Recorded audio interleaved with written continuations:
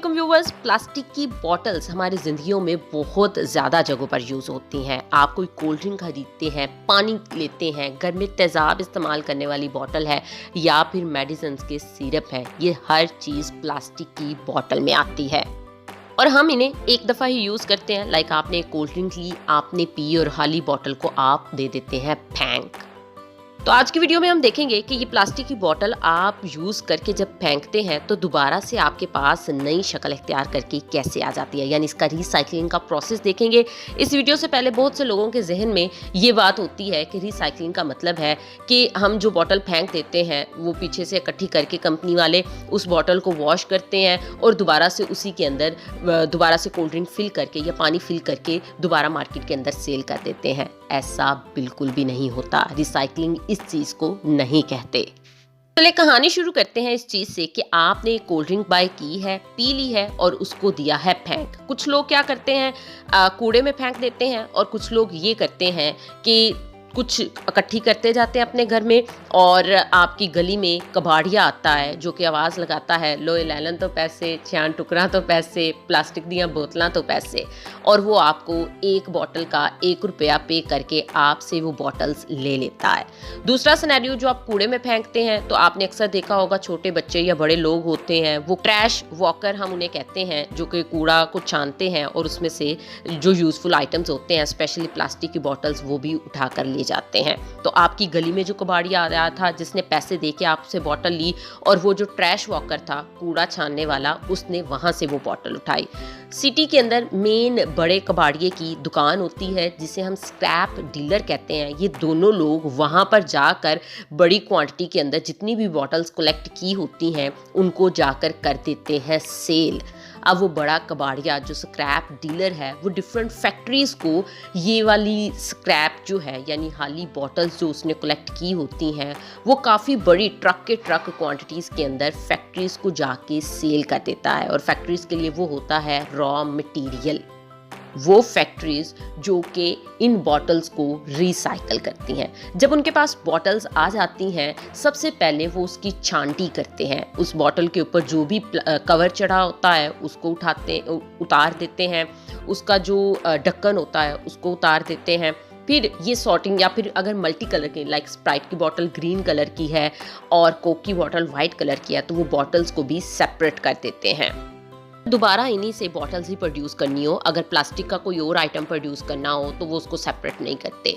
जब इसकी सॉर्टिंग कर दी जाती है तो उससे नेक्स्ट स्टेज होती है कि इसको क्लीन करना। डिफरेंट केमिकल्स ऐड करके पानी के अंदर इन बॉटल्स को वॉश किया जाता है।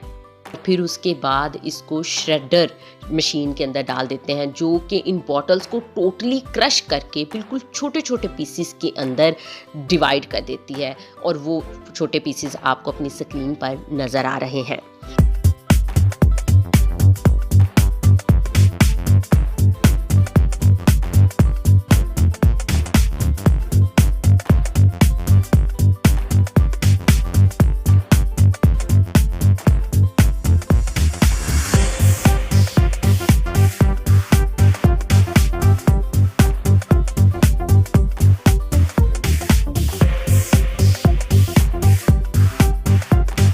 आगे ये फर्दर एक दूसरी फैक्ट्री के अंदर ये जो रॉ छोटे छोटे पीसीज हैं प्लास्टिक के, ये सेंड किए जाते हैं, या फिर सेम फैक्ट्री के अंदर ही अगर काम हो रहा हो तो वहाँ पे भी इसको यूज़ कर लिया जाता है। अब ये श्रेडर से निकले हुए छोटे छोटे प्लास्टिक के पीसीस को मेल्ट किया जाता है और वो छोटे छोटे प्लास्टिक के टुकड़े बन जाते हैं या बीन्स बन जाते हैं। फिर इन मेल्ट किए हुए पीसीस को, प्लास्टिक को एक फर्दर मशीन के अंदर ऐड किया जाता है जहां से प्लास्टिक के एक छोटे से साइज़ की प्री फॉर्म तैयार की जाती है। प्री फॉर्म हम कहते हैं कि जो चीज़ आपने फर्दर बनानी है, लाइक आपने दोबारा से ही बॉटल बनानी है तो पहले छोटे साइज़ की बनाई जाएगी। थोड़ी थिक आइटम होती है जैसे कि आपको स्क्रीन पर भी नज़र आ रही है। फिर उस प्री फॉर्म को फर्दर एक मशीन के अंदर रखा जाता है 1 बाय 1 जैसे कि आपको स्क्रीन पे नज़र आ रहा है, और वो उस मशीन के ज़रिए वो बॉटल रिप्रोड्यूस हो जाती है। तो ये था प्लास्टिक की बॉटल्स का रिसाइकलिंग का प्रोसेस, जो कि शायद आपको लगता था कि रिसाइकलिंग का मतलब है कि वॉश करके रीयूज़ करना। ये वॉश करके रीयूज़ नहीं होती, बल्कि फैक्ट्री के अंदर दोबारा से रिप्रोड्यूस की जाती हैं। इसी तरह कोई भी प्लास्टिक आइटम है और स्पेशली ये जो बॉटल्स हैं, इनसे दोबारा बॉटल्स भी बनाई जा सकती हैं, या फिर वो जैसे मैंने कहा कि आप श्रेडर के अंदर से जब वो छोटे छोटे पीसीस के अंदर प्लास्टिक डिवाइड हो जाता है तो उसको डिफरेंट फैक्ट्रीज बाय कर लेती हैं और वो बच्चों के प्लास्टिक के खिलौने वगैरह या घर में और यूज़ होने वाले प्लास्टिक के आइटम्स इससे भी प्रोड्यूस किए जा सकते हैं। रिसाइकलिंग हमारी सोसाइटी के लिए, हमारे इन्वायरमेंट के लिए एक बहुत अच्छी चीज़ है, क्योंकि अगर नए चीज़ें से प्लास्टिक की चीज़ को बनाया जाए तो उसमें जो केमिकल्स प्रोड्यूस होते हैं वो हमारे इन्वायरमेंट को ख़राब करते हैं। साइक्लिंग में तो हम ऑलरेडी बनी हुई चीज़ को ही दोबारा से इस तरह से प्रोसेस से गुजार के रिप्रोड्यूस कर रहे होते हैं, तो इसमें केमिकल्स वगैरह इस तरह से यूज़ नहीं किए जाते जो हमारे इन्वायरमेंट को ख़राब करें। इसके अलावा ये लो कॉस्ट सोल्यूशन है और अगर इनको प्रोसेस ना किया जाए यानी रिसाइकल ना किया जाए तो कूड़े के ढेर के अंदर इतनी ज़्यादा प्लास्टिक की बॉटल्स मौजूद हों, और फिर आपको पता है कि प्लास्टिक जो है वो टाइम टू टाइम अपने आप को ख़त्म भी नहीं करता, वो वहाँ का वहाँ ही रहता है। तो हमारी सोसाइटी के अंदर से, हमारे इन्वायरमेंट के अंदर से कूड़े को ख़त्म करना, रिसाइकलिंग एक बहुत अच्छा प्रोसेस है। तो ये कुछ बेनिफिट्स है रिसाइकलिंग के।